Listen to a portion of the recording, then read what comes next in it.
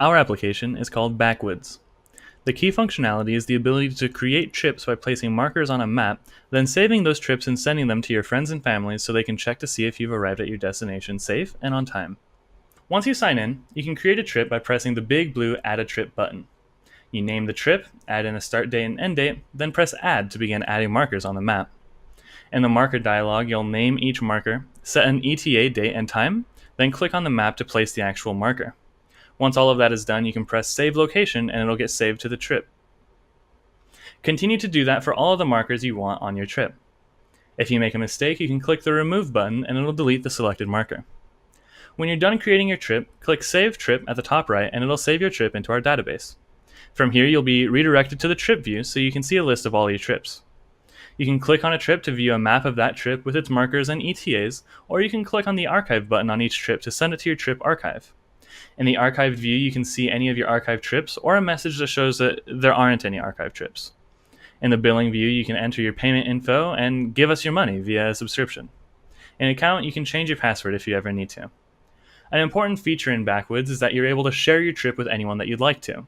You can do that by sending the URL with your email address in it, and then someone who's not logged in will see the trip and all the points, but they won't have the ability to create a trip or didn't do any of the other actions that require authorization.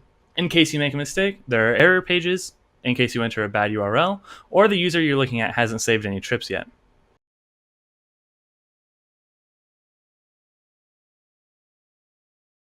Since we were given a very short time frame, only a month, we needed something that could get up and running and iterate quickly. Since the user interface and experience was very important in this project, and since we had a lot of dynamic content that would get changed frequently, like markers on a map, coordinates, ETAs, React seemed like a great fit. Node paired with it makes it easy to leverage tools like Create React App, and with that we'd be able to work very efficiently and have a product ready for the client as soon as possible. Our data is very relational. There's users that have trips, and trips have markers, and markers have coordinates and X and Y values for the map, and so we figured that MongoDB or another NoSQL solution wouldn't work for us. We went with Postgres for our database and SQLize as an ORM to get up and running, and things have been pretty smooth sailing ever since on the back end. On the front end, we're using React, of course, with React Router to handle client-side rendering so the user has a seamless single-page experience. We also decided that it would be extremely beneficial if we could use some sort of front-end framework to help build our interface instead of coding every single component from scratch. Since we're using the Google Maps API, it seemed to make sense to leverage Google's Material UI to create components and follow a theme on the front end as well, creating a much more comprehensive feel for the user.